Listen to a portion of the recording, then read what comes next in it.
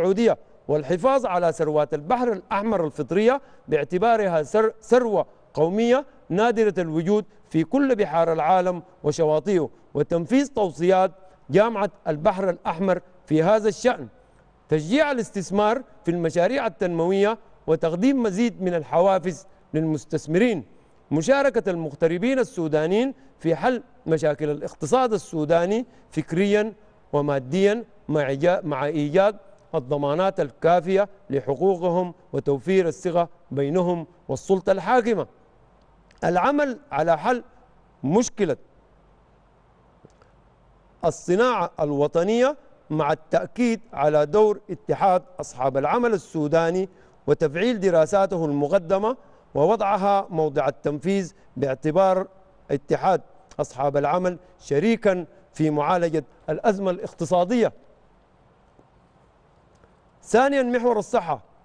صحة الإنسان ترتبط في المقام الأول بالبيئة المحيطة، وعليه يجب الاهتمام بإصحاح البيئة بمكافحة كل الأوبئة والآفات والحشرات الناقلة للأمراض وتوفير المياه النقية والصحية والأغذية والأطعمة، والاهتمام بمجال صحة البيئة في كل مدن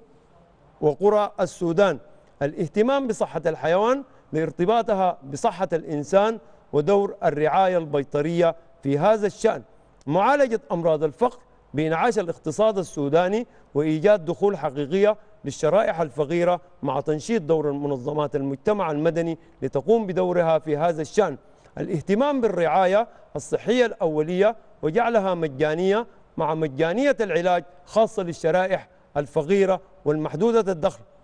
إيقاف التوسع الرأسي في مجال إقامة المستشفيات العامة والخاصة والتركيز على تجويد العمل في المؤسسات العلاجية الموجودة والاستعانة بالخبرات السودانية والخبرات الأجنبية الأخرى خارج الوطن، حماية المستهلك من الأطعمة والسلع والأدوية الفاسدة مع إعطاء منظمات حماية المستهلك سلطات واسعة ودعمها لتقوم بدورها في هذا الشأن، تغطية التأمين الصحي كافة المواطنين وكل أنواع الرعاية الصحية والعلاجية مع التأكيد على إقامة مؤتمر صحي يشارك فيه المتخصصون لمعالجة كافة القضايا الصحية والعلاجية في السودان. رابعا، محور التعليم العام والعالي. بالنسبة للتعليم العام، مراجعة مناهج التعليم في كل من مرحلتي الأساس والثانوي،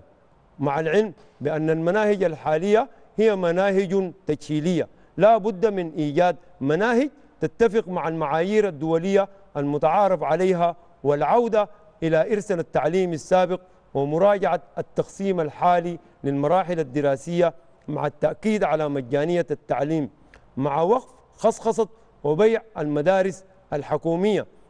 التعليم العالي، عمل مراجعة شاملة للتعليم الجامعي والمعاهد العليا ووقف التوسع الأفقي في مجال التعليم العالي العام والخاص ومراجعة تقييم أداء الجامعات والمعاهد العليا بما يتفق مع المعايير الدولية في إنشائها وتأسيسها مع التأكيد على مجانية التعليم الجامعي الحكومي،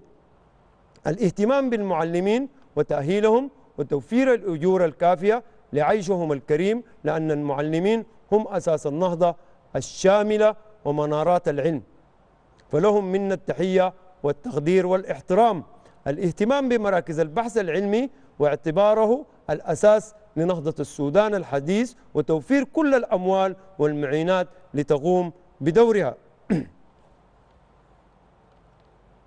خامسا، المحور الثقافي، الاهتمام بالثقافات السودانية وتوثيقها ومراعاة التنوع الثقافي وجعل هذا التنوع ميزة إيجابية يتميز بها أهل السودان. إبراز الثقافات العالمية والاستفادة منها. المحور الإعلامي، التأكيد على أن الإعلام الوطني بشقيه الحكومي والخاص هم أساس في النهضة الحديثة، مما يتطلب مراجعة القوانين والمعوقات التي تحول دون قيامه بواجباته، واعتبار الإعلام هو العين الساهرة على حماية الحقوق والحريات العامة، مع إقامة مؤتمر الإعلام الجامع لوضع البرامج لمعالجة كل قضايا الإعلام في البلاد. سابعا المحور الرياضي.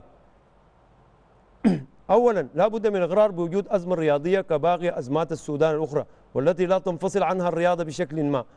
وللمعالجات العاجلة إخراج الرياضة من الاستقطاب السياسي، وضع السياسة الرياضية لا رياضة سياسية، الاهتمام بشتى ضروب الرياضة وعدم التركيز على كرة القدم، ووضع برنامج علمية ومؤسسية لنهضة رياضية شاملة في كل مناحي الرياضية في السودان، مع إقامة مؤتمر القطاع الرياضي لوضع برنامج النهضة الرياضية الشاملة.